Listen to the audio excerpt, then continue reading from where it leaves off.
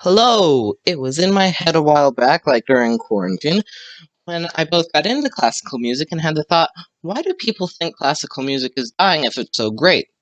And because I was too lazy to look it up, I didn't until I had this project, so I decided to research it. And I'm gonna just tell you all the stuff I found so you don't have to research it.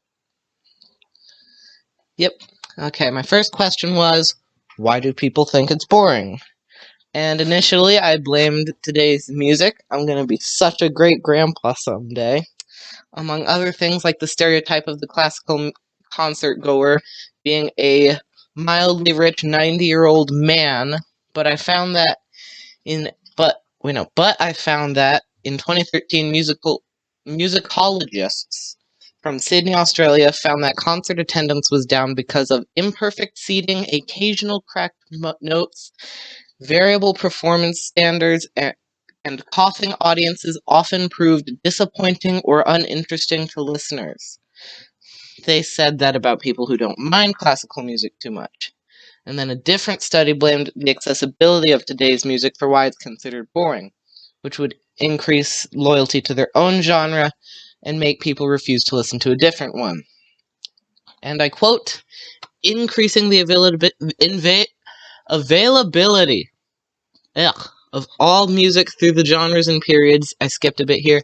Increasing portability and flexibility of music systems means that choice to hear specific music can be exercised in more and more situations. End quote. But while I still want to chalk it up to today's music, it just didn't fit quite well enough with me because I knew that there were great pieces that people were missing out on, like one of my personal favorites, Richard Strauss's Alpine Symphony.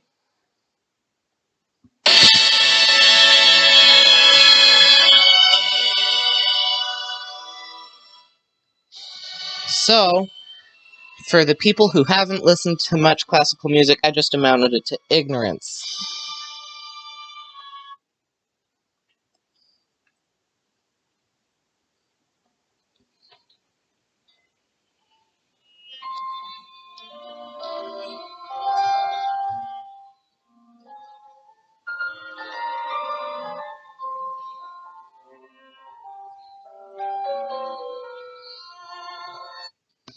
My second question was, how is a lack of classical music affecting our attention span?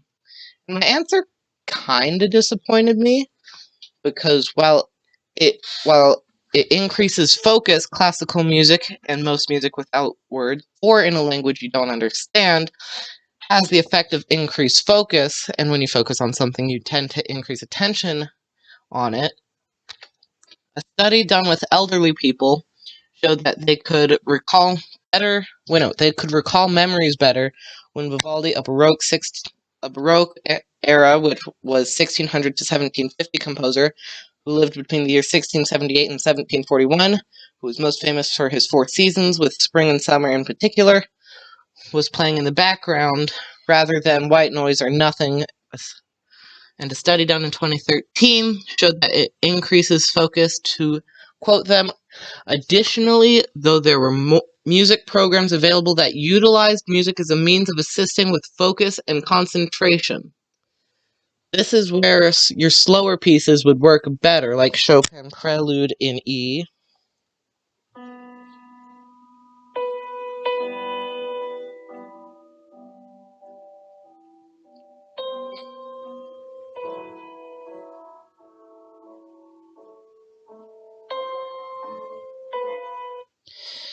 And you might be able to make it work with a faster one if you're not familiar with it, such as Beethoven 6.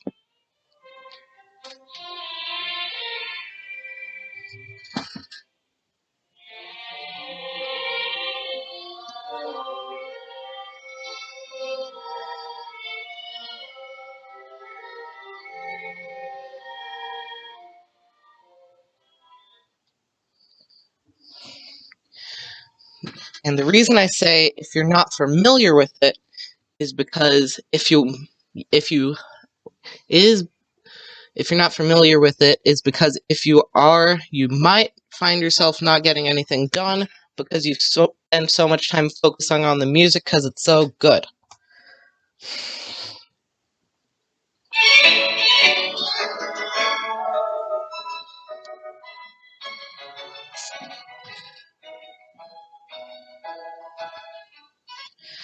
As for my third question, I had what are the effects of no classical music, and what are the effects of listening to classical music subconsciously? However, my research only led me to be able to answer one of the two questions, and that was, what are the effects of listening to classical music subconsciously? And while I found that if a store/business uses classical music in the store, it increases patience of the customers who are listening to it, and a different study backs this up when they say that listening to classical music results in increased feelings of calmness and relaxation, though, at least in my opinion, there are many pieces that can do the exact opposite. And to name an example, I'll call on one of the most infamous pieces in violin repertoire, Paganini's 24th Caprice.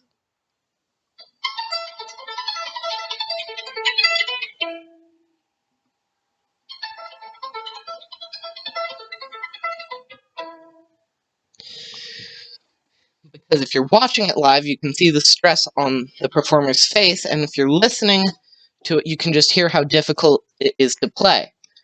There are also pieces that can convey stress regardless of tempo or general difficulty, and an excellent piece that just did this was Stravinsky's The Firebird opening, which goes something like this.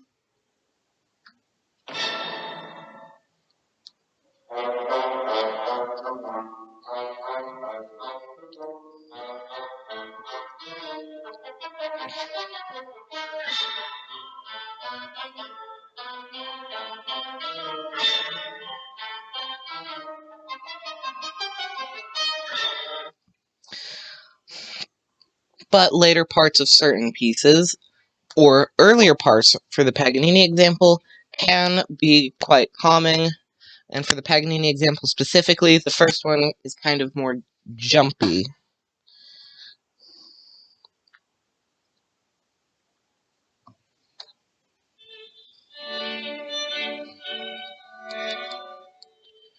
When it came time for the fourth question, why does the US not have much classical music facilities other than mediocre concert halls and such?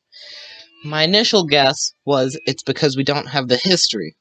But if you look back, which is a very funny pun, that originally was a typo here, 50 or so years ago, you can find that concert halls were booming with business.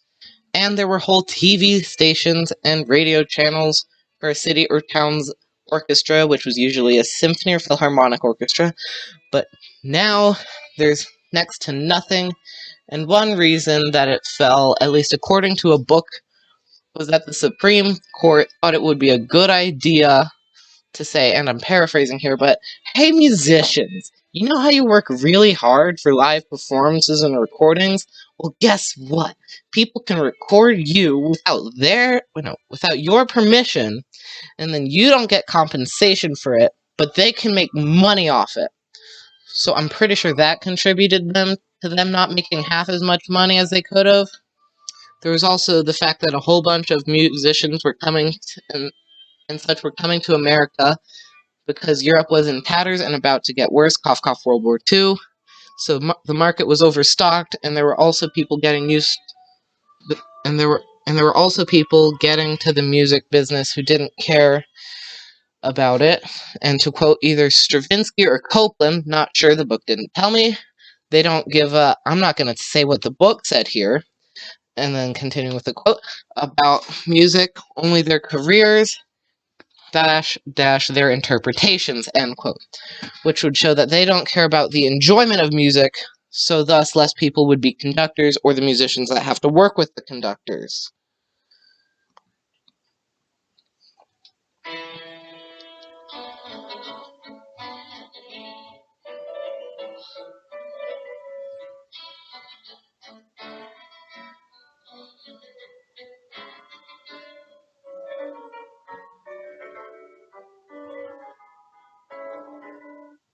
And now for the grand finale. My final question was, why do people think classical music is essentially dead and no longer influencing anything? Well, according to a book that I did not read all the way through because it was like several hundred pages, they said that classical music is actually far from dead and that its apparent downfall was due to misinformation of the public and that free concerts are still drawing crowds, and that people are just less knowledgeable about classical music / composers and may not know where to begin. So, you don't have to listen to this closing part, but if you're interested, here are some pieces that... Here are some pieces that... Here are some pieces that if you want to get into classical music, they might be a good introduction. I'm going to start off that telling you that the start of each question was Schubert's, I'm hoping I'm saying his name right, I doubt it though, Trout Quintet. And then my second suggestion would be Beethoven's Spring Sonata.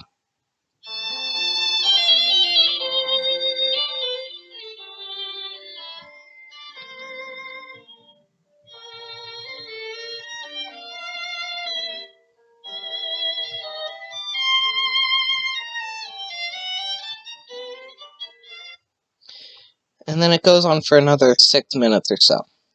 And then another one that is really, really, really, really, really good is Sibelius's Violin Concerto. And I love it.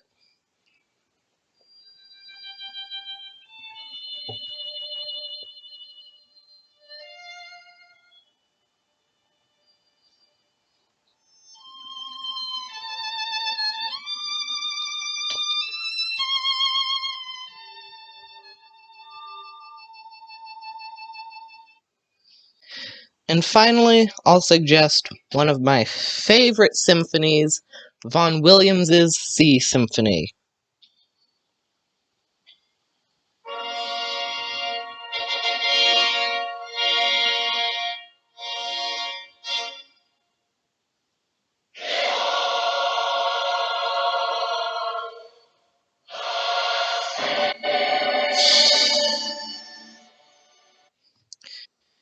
And now that I'm done, so I'll leave you by both apologizing if the music quality was bad because I'm recording this all from my all the music is coming from my phone, and I'm also going to say if you have any questions, talk to me in private because I don't want to have to answer all the questions out loud. So yeah, I'm just going to say goodbye for now, and yeah, that's about it.